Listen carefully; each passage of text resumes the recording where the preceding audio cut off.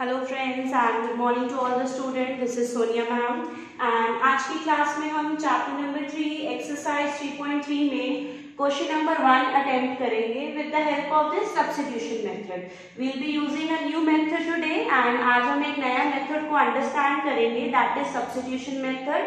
तो पहले मैं आपको ये एक्सप्लेन करूंगी that what is meant by the substitution method.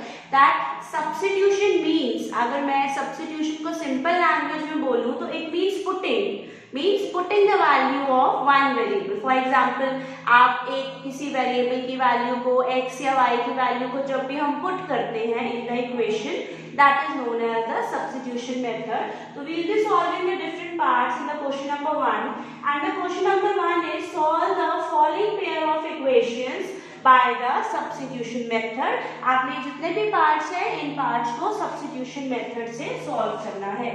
So question number 1 and the first part is x plus y is equal to 14 and the second equation is x minus y is equal to 4. As the name suggests that a pair of linear equation in two variables है, तो आपको in every question जो है two equations जो है given होगी। अब for example हम इसको नेमिंग कर लेते हैं that this is our first equation and this is the second equation हमारी है कि हमने एक इक्वेशन को यहाँ पे लेट कर लिया फर्स्ट, जैसे कि x plus y is equal to 14 and second equation है हमारी x minus y is equal to 4। तो सबसे पहले हमने क्या किया है, इन दो इक्वेशंस की नेमिंग कर दी। अब उसने क्वेश्चन में हमें ये बोला है कि आप इस इक्वेशन को कौन से मेथड से सॉल्व करोगे, सब्स्टिट्यूशन मेथड से। Substitution means putting the value, done. Okay, तो इसमें हम ये करेंगे कि दोनों इक्वेशंस जैसे आपको दी हुई है यहाँ पे, तो आप कोई भी एक इक्वेशन लो, जो इक्वेशन आपको इजी लग रही है आप उस इक्वेशन से स्टार्ट कर सकते हो।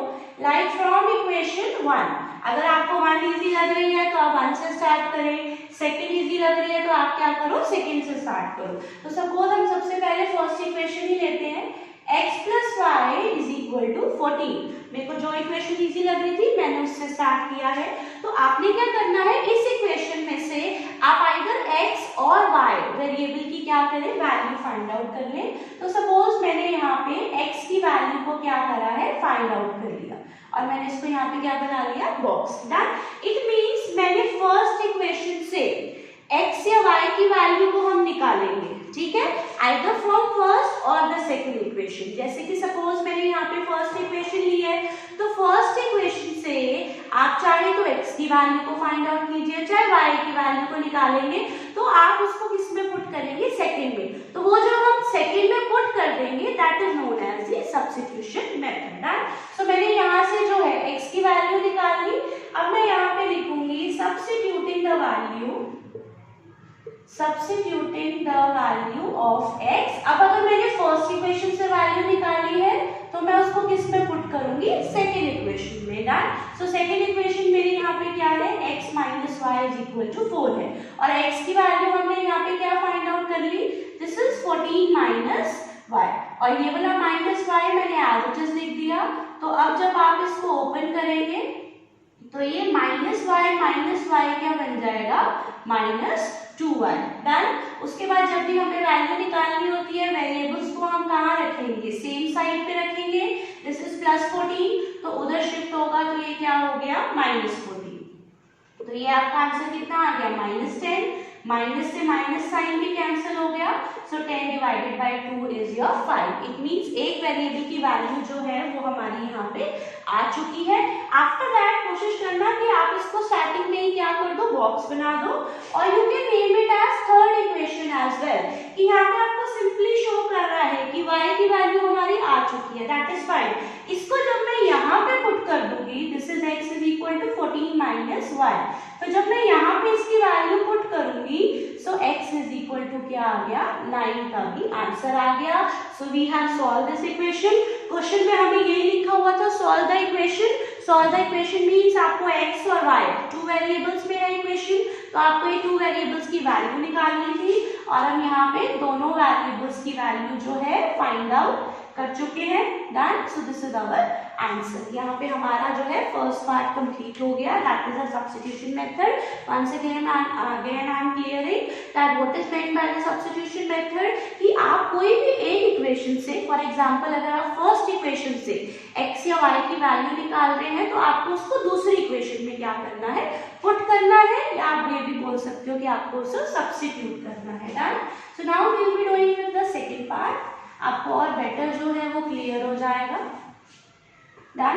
सो the second part here is s minus t is equal to 3 and then s by 3 plus t upon 2 is equal to 6. Again these are the two equations given to you. तो आप सबसे पहले इसकी क्या करो, नेमिंग कर लो। Done. Okay है। Again हम यही कर सकते हैं, like this is first equation and this is second equation. आपको कौन सी इक्वेशन इजी लग रही है? फॉर एग्जांपल मुझे यहाँ पे जैसे कि फर्स्ट इक्वेशन जो है इजी लग रही है, तो मैं फर्स्ट इक्वेशन से किसी एक वेरिएबल की वैल्यू निकालूंगी और उसको क्या करूंगी, दूसरे में पुट कर दूंगी। डन। तो आप क्या कर सकते हैं, डायरेक्टली भी फर्स्ट इक्वेशन से वैल्यू निकाल के पुट कर सकते हैं, लेकिन मुझे यहाँ पे एक चीज दिखाई दे रही है कि सेकेंड इक्वेशन जो मेरी यहाँ पे फ्रैक्शन में है, अगर मैं इसको यहाँ पे सिंपली एक बार सॉल्व कर लूंगी तो मेरे पास सिंपल इक्वेशन आ जाएगी। जैसे आप ये देखिए फर्स्ट इक्वेशन तो मेरी यही है, s minus t is equal to 3. This is my first equation. But अगर मैं सेकेंड इक्वेशन में एलसीएम ले लूं, 3 2 6, ऊपर एक क्रॉस मल्टीप्लाई हो जाएगा, 2s plus of 3t is equal to 6। Done. So ये 2s प्लस ऑफ 3t आपको दैट इज 6 पे जाके मल्टीप्लाई होगा, 6 6 36। तो देखिए ये सेकेंड इक्वेशन जो है हमारे लिए ज्यादा सिंपल रहेगी सॉल्व करना। तो हमने क्या करा, स्टार्टिंग में ही अगर कोई इक्वेशन फ्रैक्शन में थी तो आपने उसे एलसीएम लेके सिंपली सॉल्व कर दिया। अब बाकी जो है वो मैं सारा सेम मेथड अप्लाई करूंगी। आप देखिए फ्रॉम इक्वेशन 1, फर्स्ट इक्वेशन क्या थी आपके पास, s minus t is equal to 3। तो सपोज आपने यहाँ से किसकी वैल्यू निकाली, s की वैल्यू निकाली, और इसके ऊपर आप ऐसे बॉक्स बना दीजिए सो दैट आपको ये क्लियरली विजिबल हो ना। सो मैंने यहाँ से वैल्यू निकाली है। After that I will writing the statement substituting the value of, या आप सिंपल लैंग्वेज ये भी लिख सकते हो that putting the value of s in equation 2। यहाँ पे सिर्फ एक चीज का ये ध्यान रखना है कि अगर आप फर्स्ट इक्वेशन में से वैल्यू निकाल रहे हो तो सेकंड में पुट करो, अगर आप सेकंड इक्वेशन से वैल्यू निकाल रहे हो तो आप किस में पुट करो, फर्स्ट में। Done. So now I will be writing the second equation, 2s plus 3t is equal to 36। तो जहां पे भी s होगा वहां पे हम ये क्या वैल्यू पुट करेंगे, 3 plus t। उसके बाद बाहर जो डिजिट होती है वो मल्टीप्लाई हो जाती है, 2 3 6, 2 multiply by t is 2t plus 3t is equal to 36। तो ये आपका क्या बन जाएगा, these are like terms, so 2 plus 3 कितना बन गया, 5t। उसके बाद जिस वेरिएबल की वैल्यू निकालनी होती है उसे सेम साइड पे रखिए, 6 इधर जाके क्या हो जाएगा, माइनस हो जाएगा।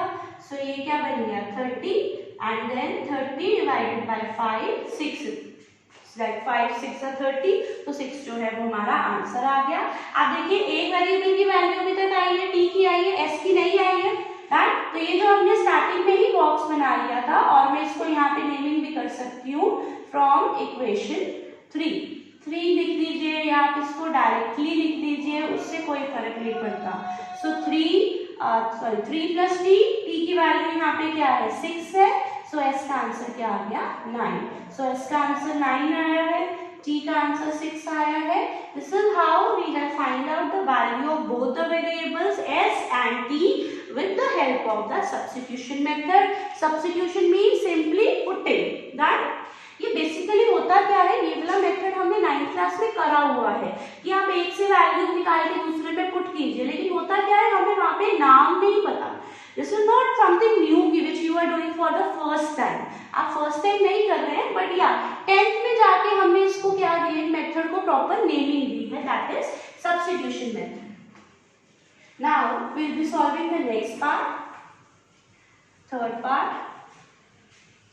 So the third part is 3x minus y is equal to 3 and 9x minus 3y is equal to 9.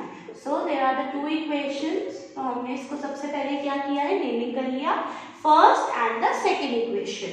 तो यहाँ पे मुझे फर्स्ट इक्वेशन इजी लग रही है। जो इक्वेशन आपको है 3x minus y is equal to 3, then उसमें से आप क्या करें, एक वेरिएबल की वैल्यू को फाइंड आउट कर लो, आइदर x और y। तो सपोज यहाँ पे 3x है, अगर मैं x की वैल्यू निकालूंगी तो 3 वहां डिनोमिनेटर में चला जाएगा, प्रॉब्लम तो कोई नहीं होगी, बस ये होता है कि फ्रैक्शन वाले नंबर हमें थोड़ा सॉल्व करने में डिफिकल्टी रहती है।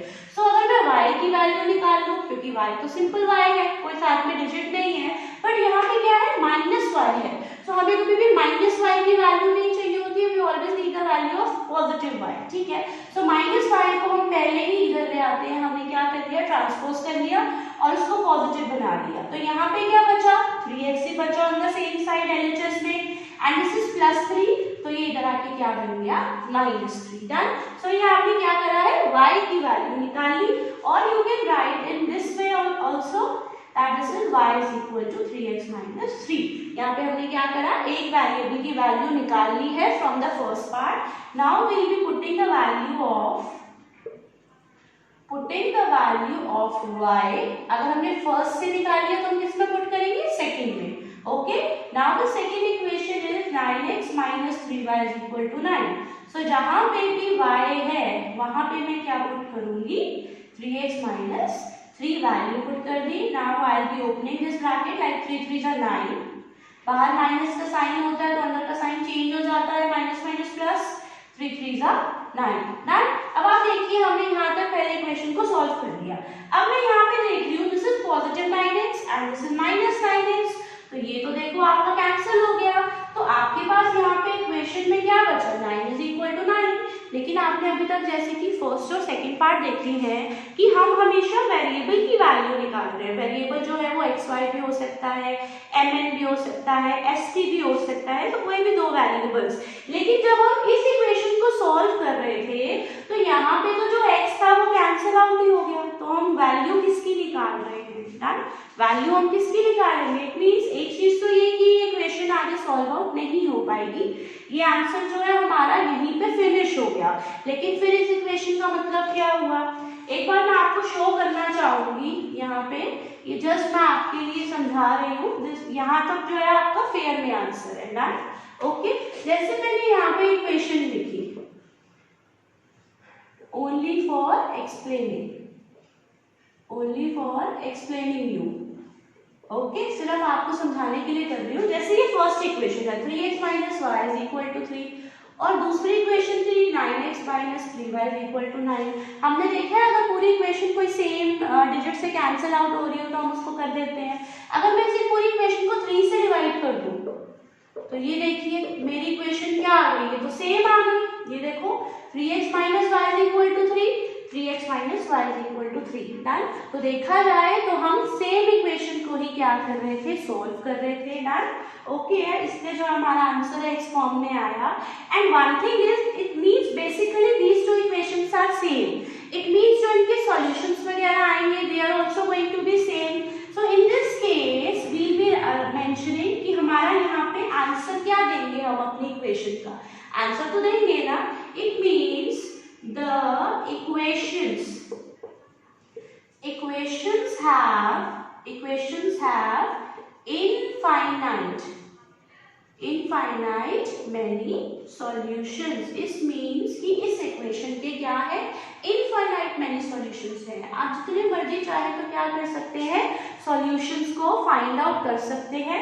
और इसमें जो ग्राफ की शेप आएगी, जैसे कि हमने फर्स्ट एक्सरसाइज में किया था 3.1 में, तो फॉर एग्जांपल अगर मेरी ग्राफ की शेप ऐसे फर्स्ट लाइन की ये शेप आई है कि फर्स्ट इक्वेशन को जो हमने ड्रॉ करा सॉल्यूशन के साथ ये शेप है, तो उसके बाद जब आप दूसरी लाइन के सॉल्यूशन ड्रॉ करोगे वो उसके पॉइंट्स भी क्या होगा, इसी लाइन के ऊपर ही आ रहे होंगे, तो इस शेप को हम क्या बोलते हैं, कोइंसिडेंट लाइन। जब एक इक्वेशन के सॉल्यूशंस है और दूसरी इक्वेशन के सॉल्यूशंस भी जो है उस लाइन के ऊपर ही आ रहे हैं, तो बेसिकली हमारी एक ही लाइन ड्रॉ हो रही है। एक तो हम इस शेप को क्या बोलते हैं, कोइंसिडेंट लाइंस बोलते हैं, बेसिकली ये एक दूसरे के ऊपर ही ओवरलैप कर रही है, this shape is called the coincident lines. Coincident lines के हमेशा क्या होते हैं, इनफाइनाइट मैनी सॉल्यूशंस होते हैं, डन। और अगर हमें वो इसके बाद बोले कि आप एक सॉल्यूशन जो है वो निकाल के भी दो, ये तो मैंने आपको यहाँ पे समझाने के लिए लिखा था, अब वो आपको अगर कहे कि चलो इनफाइनाइट मेनी सॉल्यूशंस हैं तो आप उसका एक सॉल्यूशन निकाल के दो। तो ये जो आपने बॉक्स बनाया था 3x माइनस 3 का, आप इसमें अगर कोई भी वैल्यू पुट करो, suppose put x is equal to 1, so 3 1 जा 3 माइनस 1 0 आ गया। ऐसे ही आप और सॉल्यूशन भी निकाल सकते हो, मतलब x is equal to 1 y is equal to 0, या आपने एक सॉल्यूशन निकाल दिया, उसके बाद आपको पता है मैं 2 पुट करूंगी तो उससे और आंसर आएगा, 3 से और आंसर आएगा। So we have completed this third part. I know this third part is little bit different क्योंकि first और second part में तो हमने easily proper x y का आंसर, s t का आंसर जो था वो हमने दे दिया, लेकिन थर्ड पार्ट में क्या था, basically these are the same equations going on। तो इसकी ग्राफ की शेप क्या जा रही थी, कोइंसिडेंट लाइंस। ये भी मैं आपको क्या कर रही हूँ, सिर्फ आपको समझाने के लिए बता रही हूँ, वहां पे आपने उन्हें कुछ नहीं दे बताना, आपने उनको सिर्फ यही मेंशन करना है आंसर के अंदर कि इन इक्वेशंस का क्या होता है, इनफाइनाइट मेनी सॉल्यूशंस होते हैं।